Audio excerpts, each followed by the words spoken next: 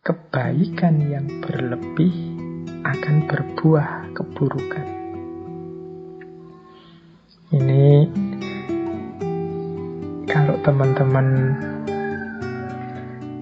memperhatikan, hari ini kan banyak wacana-wacana untuk kita hidup secara moderat, seimbang.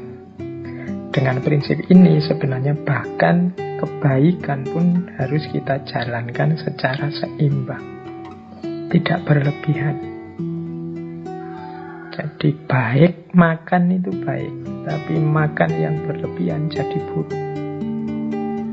Sedekah itu baik, tapi sedekah yang berlebihan sampai tidak memperhatikan kebutuhannya sendiri, itu buruk.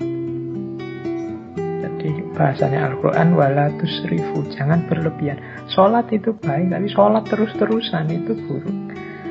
Ada cerita Rasulullah itu satu ketika kedatangan beberapa tamu, para sahabat. Saat itu Rasulullah tidak di rumah. Jadi tamu ini ditemui oleh istri beliau. Sambil menunggu Rasulullah, istri beliau ini cerita tentang bagaimana Rasulullah itu seriusnya beragama.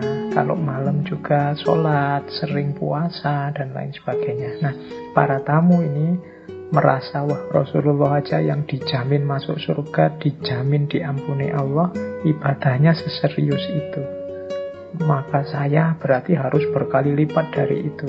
Sehingga yang satu bilang, kalau begitu saya tidak akan tidur lagi lah, saya mau sholat malam terus. Yang satu bilang, wah, kalau begitu saya akan puasa terus lah, tidak ada berbukanya, pokoknya poso terus tiap hari. Yang satu bilang, wah, kalau begitu saya fokus dalam agama, menjauh dari dunia, saya tidak akan menikah, hidupku kupersembahkan pada Allah. Nah, setelah Rasulullah datang, Rasulullah mendengar kata-kata dari tamu-tamunya ini, terus Rasulullah bersabda bahwa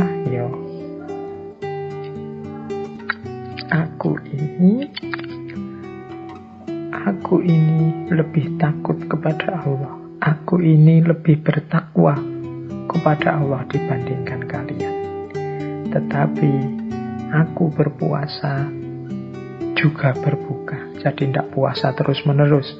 Aku sholat malam, tapi juga tidur. Dan aku juga menikah. Jadi kemudian ditutup dengan kalimat, barang siapa yang membenci sunnahku, maka dia bukan bagian dari umatku.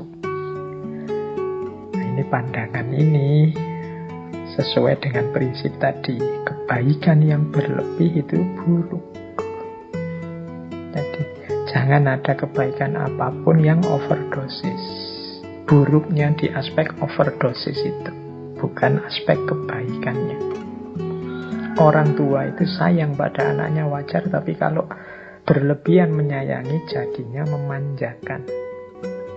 Tegas itu bagus, berlebihan tegas nanti jadinya otoriter. Berani itu bagus, terlalu berani namanya nekat. Jadi semua yang berlebihan buahnya buruk. Wah, kebaikan yang berlebihan ternyata berdampingan dengan keburukan. Ini bagi saya juga ritmenya alam harus kita pahami. Berarti apa-apa itu kita jalankan secara pas dan alamiah.